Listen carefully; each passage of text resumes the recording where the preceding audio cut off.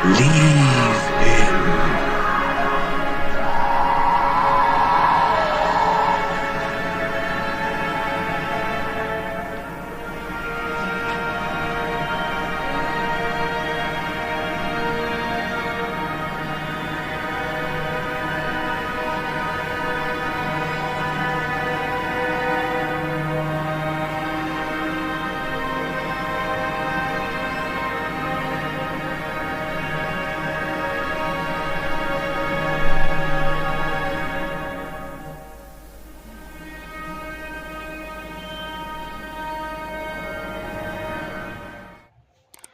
पिता और पुत्र और पवित्र आत्मा के नाम पर आमेन।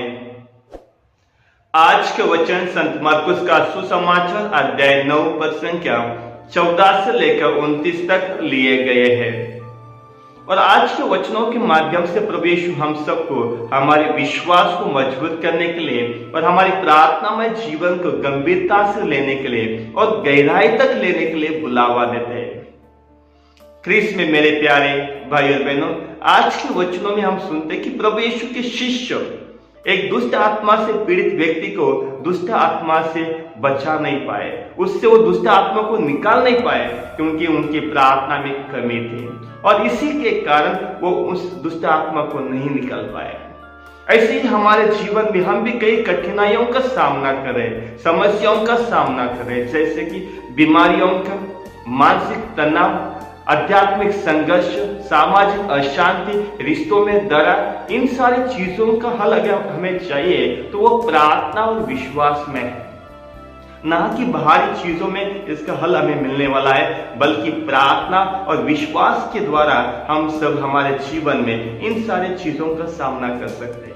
और इसलिए आज प्रभु यीशु हम सबको बुलावा देते हैं। संत मत्ती का सुसमाचार अध्याय 21 पद संख्या 22 में हम लोग सुनते हैं, जो कोई प्रार्थना में विश्वास के साथ जो कुछ मांगता है उसे मिलने वाला है। ख्रीस्त में मेरे प्यारे भाई और बहनों, आज हमें हमारे जीवन में हमारे विश्वास को मजबूत करना है और प्रार्थना को और गहराई से लेके जाना है। ख्रीस्त में मेरे प्यारे भाई और बहनों, प्रभु यीशु के शिष्यों ने अपने प्रभु यीशु से 2 चीजें मांगी थी। एक थी हमें प्रार्थना करना सिखाइए और दूसरी चीज थी हमारा विश्वास बढ़ाइए, क्योंकि प्रभु यीशु के शिष्य जान चुके थे ये 2 चीजें केवल उनके जीवन में चमत्कार कर सकते थे। और इसीलिए आज हमें भी हमारे जीवन पे हमारी ताकत के ऊपर नहीं बल्कि प्रभु यीशु के विश्वास के ऊपर आज हमें जीना है, उनके राह पे चलना है, उन पे विश्वास करना है, उनके ऊपर निर्भय रहने के लिए प्रभु यीशु के वचन हम सबको बुलावा देते हैं। तो चलिए आज के वचनों में जैसे हम लोग सुनते हैं कि उस पिता ने प्रभु यीशु से कहा, मैं विश्वास करता हूं परंतु मेरा ये विश्वास है वो डगमगने वाला विश्वास है, संदेह करने विश्वास है, और इसीलिए आप मेरे अल्प विश्वास को मजबूत कीजिए।